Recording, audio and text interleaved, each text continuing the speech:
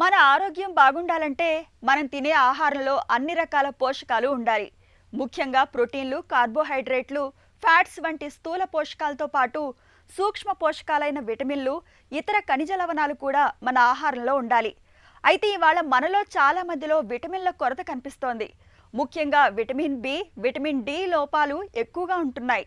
ఈ విటమిన్ లోపాల మూలంగా మన శరీరానికి రక్షణ కవచమైన చర్మానికి సమస్యల తాకిడి పెరుగుతుందని చెబుతారు నిపుణులు.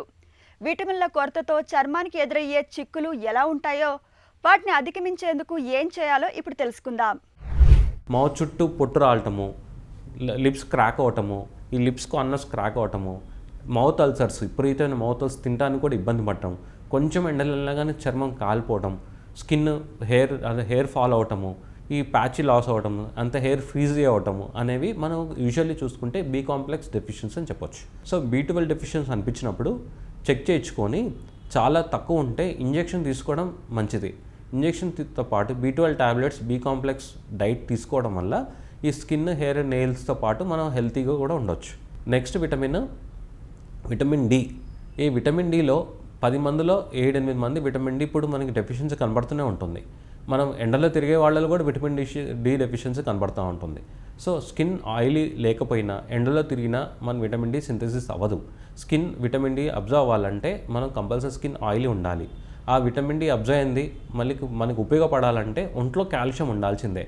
సో కాల్షియం లేకపోయినా స్కిన్ పొడిగా ఉండి ఎండలో తిరిగితే మన విటమిన్ డి అందుబాటులో రాదు. ఈ విటమిన్ డి డెఫిషియన్సీ ఎలా ఉంటుంది? ఈ మామూలుగా మనకి జాయింట్ పెయిన్స్, వీక్నెస్తో పాటు ఈ హెయిర్ లాస్ అవటం, ఎక్కువ పెయిన్ కోరుకుని పడటం, పింపుల్స్ అధికం అవటం, ఫేస్ అంతా ఆయిల్ అవటం, ఈ విటమిన్ డి డెఫిషియన్సీ చాలా వరకు హెయిర్ ఫాల్కి ఒక రీజన్ అని చెప్పొచ్చు. సో ఈ విటమిన్ డి డెఫిషియన్సీ చెక్ చేసుకొని డెఫిషియన్సీ బట్టి లాంగ్ టర్మ్ మెడిసిన్స్ తీసుకోవాలి. ఈ విటమిన్ డి అనేది ఎక్కువ తీసుకున్నా కానీ మనకి హానికరమని చెప్పొచ్చు.